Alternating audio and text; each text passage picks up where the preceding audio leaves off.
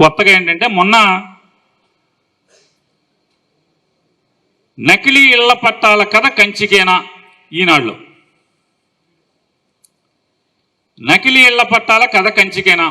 మచిలీపట్నంలో 10,000 పట్టాలు ముద్రించి వాటిలో 5,000 పనిచేసిన విచారణ ఏది?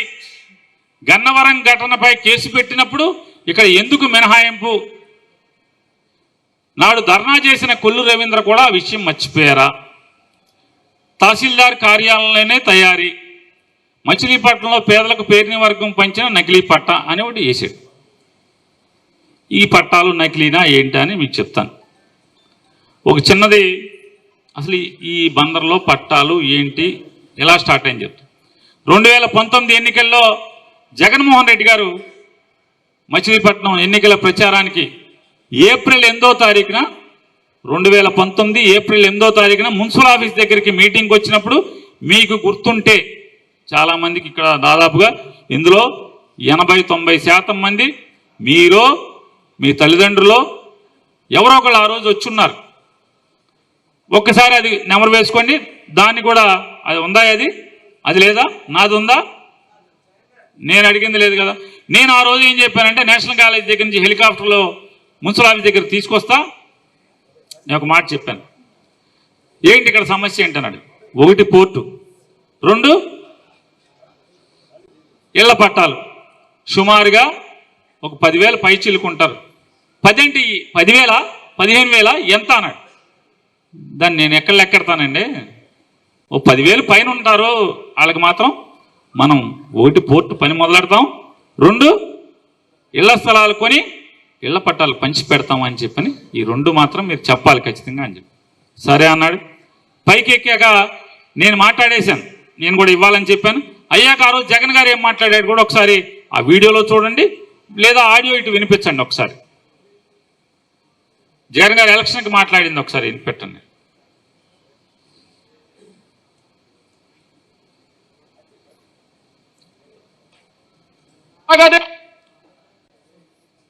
రేపొద్దున దేవుడు ఆశీర్వదించి మనందరి ప్రభుత్వం అధికారంలోకి రాగానే జగన్ అనే నేను మీ అందరికీ హామీ ఇస్తా ఉన్నా. ఇక్కడికి వచ్చేటప్పుడు నాని నాతో అన్నాడు, దాదాపుగా 10,000 పైసలకు మంది అప్లికేషన్ పెట్టుకున్నారన్న ఇళ్ల స్థలాల కోసం. ఏ ఒక్కరికి ఇళ్ల స్థలాలు రాలేదని చెప్పాడు. మొత్తం నేను చెప్తా ఉన్నా, 10,000 మంది అన్నా ఉండని, అంతకన్నా ఎక్కువ మంది అన్నా ఉండని, మొత్తం అందరికీ కూడా మన ప్రభుత్వం రాగానే అందరికీ ఇళ్ల స్థలాలు ఇస్తారు అని చెప్పి కూడా చెప్తా ఉన్నాం.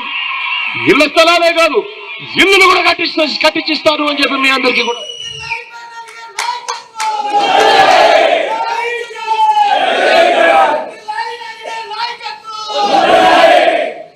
ఇళ్ల పట్టాలు కార్యక్రమం స్టార్ట్ అయింది. స్టార్ట్ అయ్యాక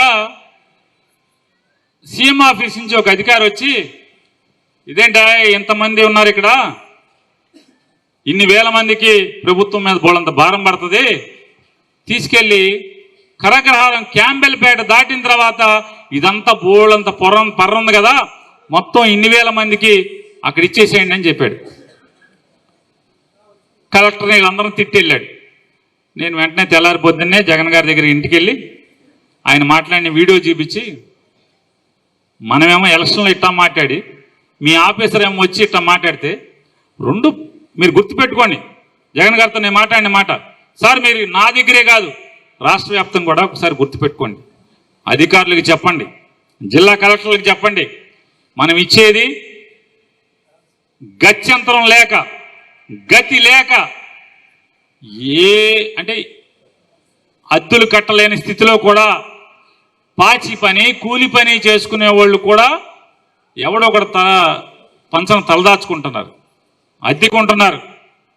వాడికి మనం పట్టా ఇచ్చామంటే ఆ ఇంట్లోకి వెళ్ళిన తర్వాత ఆడు భోజనానికి ఇబ్బంది లేకుండా కూలి పనికో పాచి పనికో వెళ్తాకి అందుబాటులో ఉండేట్టు మాత్రమే స్థలం కొని ఇవ్వాలి తప్పితే మనం బాధ్యత అంటే మనం మాట చెప్పాం కాబట్టి ఎక్కడో అక్కడ పొలం కొనేసి ఇస్తే ధర్మం కాదండి అంటే కరెక్ట్ నాని నువ్వు చెప్పింది మంచి మాట చెప్పావు. వెన్న ఫోన్ ఎత్తాడు, జిల్లా కలెక్టర్కి ఫోన్ చేశాడు.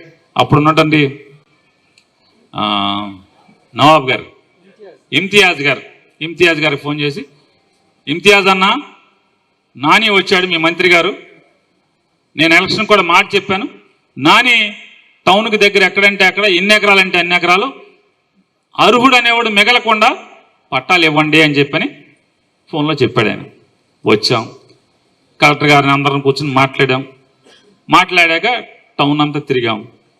కరగ్రహారంలో ఆనుకునైతే మనకి బందరకు దగ్గరగా ఉంటుందని చెప్పని కరగ్రహారంలో భూమి చూసుకుని ఆ రైతులందరినీ కూడా ఆర్ఎన్బి గెస్ట్ హౌస్కి మీటింగ్ పిలిచాం. జాయింట్ కలెక్టర్, ఆర్డీఓ, తహసీల్దార్ అందరూ ఉన్నారు.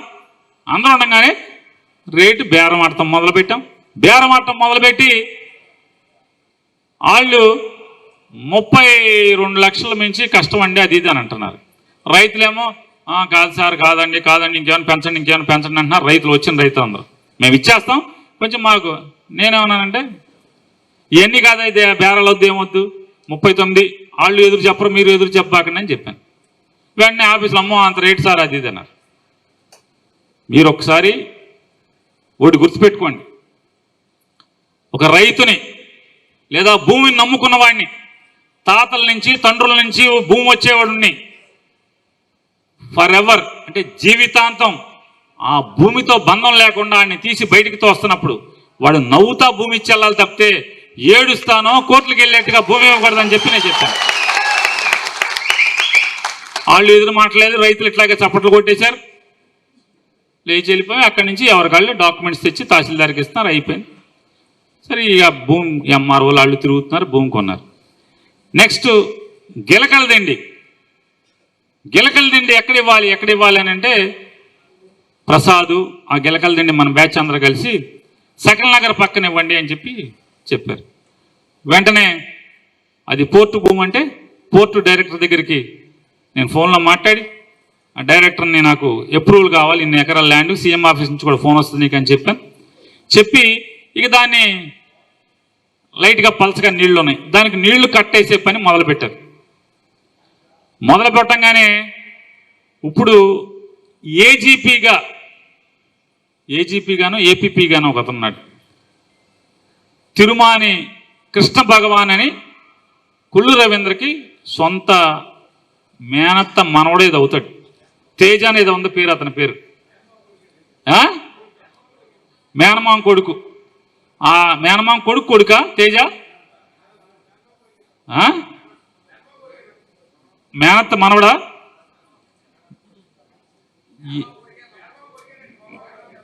తేజ అనేవాడు మేనమామ కొడుక మేనమామ మనవడా? కొడుకే.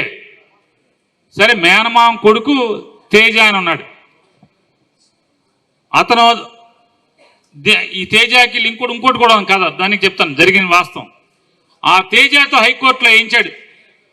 మీకు గుర్తుంటే గిలకల నిండి వాళ్ళు గుర్తుంచుకోండి, మళ్ళీ జ్ఞప్తికి తెస్తున్నా. హైకోర్టులో వేసి అదంతా కూడా సిఆర్జెడ్ భూమి, దాంట్లో ఎట్లా పట్టాలు ఇస్తారు అని చెప్పని అంటే భయం, గిలకల నిండి వాళ్ళకి పట్టాలు ఇచ్చేస్తున్నాడని చెప్పని. ఆయన ఎవడు 5 ఏళ్ళు మంత్రిగా భోగం అనుభవించాడు, గర్వంగా చెప్తాడు ఓట్ల కోసం అయితే నేను మత్స్య కార్మికుడిని. ఇళ్ళు లేని నిరుపేదలకు మత్స్య కార్మికులకి పట్టా ఇవ్వటానికి మాత్రం ధ్యాస ఉండదు, సోయి ఉండదు. వెంటనే కోర్టులో వేస్తే కోర్టు దాన్ని ఆపేయమని చెప్పని ఇచ్చింది. గుర్తుందా అండి?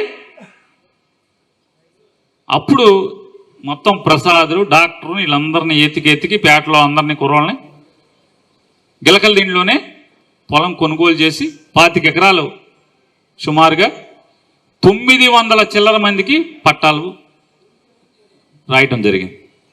అదే అయిపోయిన తర్వాత మోకా భాస్కర్ గారు ఉన్నాడు ఆ రోజు. మోకా భాస్కర్ గారు, నాన్న మరి మా పేటకు కూడా నా పక్కనే కావాలి, రోజు మా వాళ్ళు మార్కెట్కి వెళ్ళి చేపలు తొంకుని చాటలు పెట్టి అమ్ముకుంటారు, మిగతా వాళ్ళు ఫౌండరీలు పనికి వెళ్తారు, మా పేట పక్కన అయితే భూమి చూసుకోండి. శేషయ్య మోకా భాస్కర్ గారు కలిసి గిలకల్దే మన ఉల్లికిపాలెం ఆనుకునే భూమి చూసుకున్నారు. ఆ భూమి కొనుగోలు చేశాం. దాంట్లోనే ఉల్లింగిపాలెం వాళ్ళకి 400 చిల్లర అనుకుంటా, ఉల్లింగిపాలెం ఎంత పిన్ని 570 మందికి సుమారుగా పిన్ని ఇక్కడే ఉంది.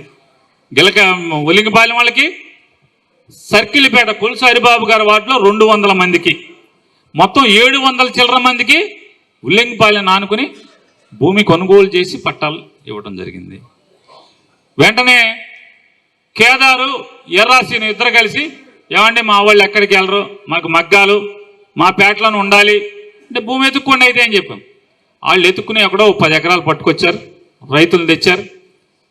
తెచ్చి ఆ 10 ఎకరాలు కొనుగోలు చేసి వాళ్ళ పేటలో వాళ్ళకి ఎంత ఉన్నాడైనా కేదార్ గారు లేడా, ఎన్నండి 442 పట్టాలు వాళ్ళ పేటలోనే ఆనుకుని భూమి కొనుగోలు చేసి ఇవ్వటం జరిగింది.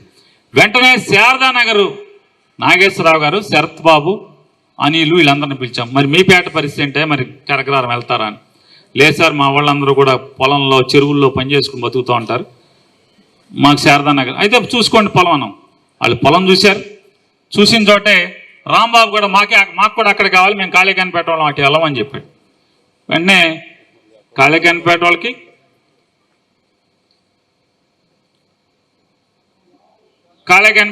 అంటే శారదానగర్ వాళ్ళకి 423 మందికి, అట్లాగే మిరియాల రాంబాబు గారు 30వ వార్డు వచ్చేప్పటికి బసవపూర్ణమ్మ గారికి 241 మందికి, అలాగే చింతాగిరి మౌనిక గారు వాళ్ళకి ఎంతమంది ఉన్నారు? ఆవిడ ఎంతమందిరా? 360 మంది. 360 మందికి ముగ్గురికి కూడా శారదానగర్ను ఆనుకున్నటువంటి రుద్రవరం రెవెన్యూ భూమిలో కొనుగోలు చేసి అందరికీ కూడా పట్టాలు ఇవ్వటం జరిగింది.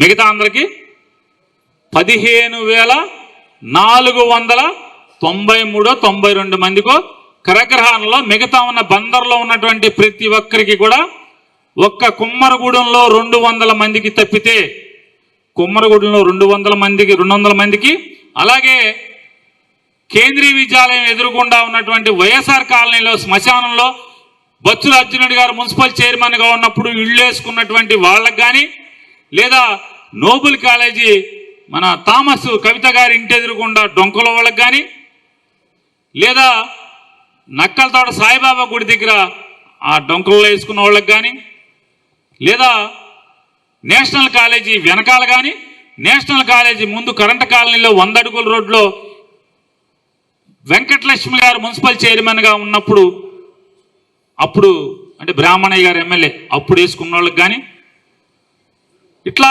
కొంతమందికి తప్పితే, అట్లాగే మన ఎఫ్సిఐ గోడౌన్స్ ఎదురుకుండా ఎన్టీఆర్ కాలనీ వాళ్ళకి కానీ అందరిని అడగటం జరిగింది, మీరు కరగ్రహారం వెళ్ళిపోతారా ఏంటి పరిస్థితి? బాబు నువ్వు ఇచ్చే పట్టా కోసం మేము అక్కడికి వెళ్ళాం, నేను ఇక్కడే పుట్టాను, మా అమ్మ నాన్న చచ్చిపోయారు, నాకు పెళ్ళైంది, నేను ఇక్కడే ఉంటున్నాను, నాకు పిల్లలు వచ్చేసారు, మేము ఇక్కడి నుంచి వెళ్ళాం, ఏమైనా ఇవ్వగలిగితే ఇవ్వు అని చెప్పారు. వెంటనే నేను కలెక్టర్ ఇమ్తియాజ్ గారిని తీసుకుని నా కారులో ఎక్కించుకుని, అంటే కలెక్టర్ నీ కారు ఎక్కుతా అంటే మరి నేను మంత్రిని కదా, కలెక్టర్ని ఎక్కించుకుని మొత్తం ఎక్కడెక్కడైతే 40 ఏళ్లుగా 30 ఏళ్లుగా 25 ఏళ్లుగా ఆక్రమించుకుని ప్రభుత్వ స్థలాలు ఆక్రమించుకున్నారో అన్ని పేటలకి తిప్పాను కలెక్టర్ని. ప్రతి పేటకి కలెక్టర్ అంటే జాయింట్ కలెక్టర్, ఆర్డీఓ, ఎంఆర్ఓ యంత్రాంగం అంతా వచ్చారు, సర్వేలు అందరూ వచ్చారు. అన్నీ చూసి ధర్మంగా చెప్తున్నారు, పేదరికం కనపడుతుంది, దయనీయంగా ఉంది, సరే వీటిని సర్వే స్టార్ట్ చేయండి అని చెప్పని జిల్లా యంత్రాంగం ఆదేశాలు ఇచ్చారు. సర్వే స్టార్ట్ చేశారు. సుమారుగా 800 చిల్లర అవి వచ్చినాయి.